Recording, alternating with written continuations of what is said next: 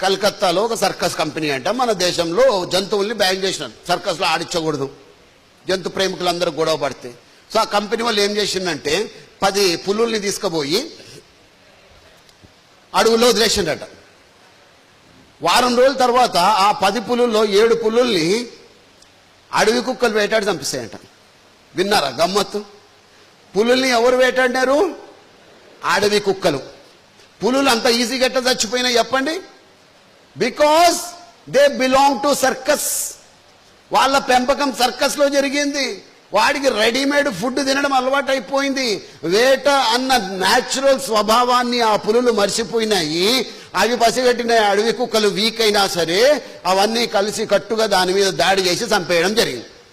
ఇదెందుకు చెప్తున్నా అంటే మిత్రులారా, చాలా మంది తల్లిదండ్రులు, ఎందుకంటే ఈ వీడియో యూట్యూబ్లో పోతుంది కాబట్టి చెప్తా ఉన్నా, ప్రపంచవ్యాప్తంగా యూట్యూబ్లో ఇవన్నీ చూస్తారు తల్లిదండ్రులు కాబట్టి చెప్తా ఉన్నా, సర్కస్ పులుల లెక్క మీ పిల్లల్ని పెంచకండి దయచేసి. వాళ్ళకు ఒక హిమ్మత్ అన్నది ఇవ్వాలి. చాలా మంది తల్లిదండ్రులు చెప్తున్న పొరపాటు, ముద్దుగా పెంచు, ముద్దుగా, నా బిడ్డకు ఏమవ్వదు, బండిలో కార్లో దింపుతాడు వాడు బుడ్డోడు, వాని కారు ఎందుకు చెప్పండి. ఒక స్కూల్లో ఎల్కేజీ పోరోనికి అడ్మిషన్ కోసం వెళ్తే ఎంతరయ్యా ఫీజు అంటే 1,00,000 ఎందుకు రయ్యా? అందరూ కూర్చోబెట్టి ఏబీసీడీలు చెప్తారు, మేము పడుకోబెట్టి ఏసీలో చెప్తామంటే. వానికి పడుకోబెట్టి చదువు చెప్తే చదువు అంటుతుందా? అరే అబ్దుల్ కలాం గారు ఎట్లా పోయినారు స్కూల్కి? పెద్దోళ్ళు ఎట్లా పోయినారు స్కూల్కి?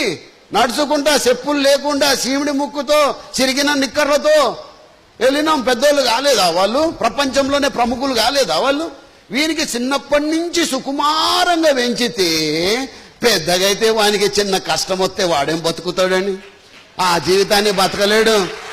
అరే స్ట్రాంగ్గా తయారు చేయాలి.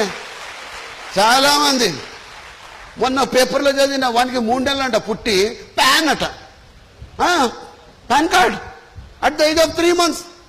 వాని బ్యాంక్ బ్యాలెన్స్ 1,500,000. తల్లిదండ్రులు మర్చిపోతారా? ఇన్ని కోట్లు వేసినా నా బిడ్డ పేరు మీద, అన్ని కోట్లు వేసినా.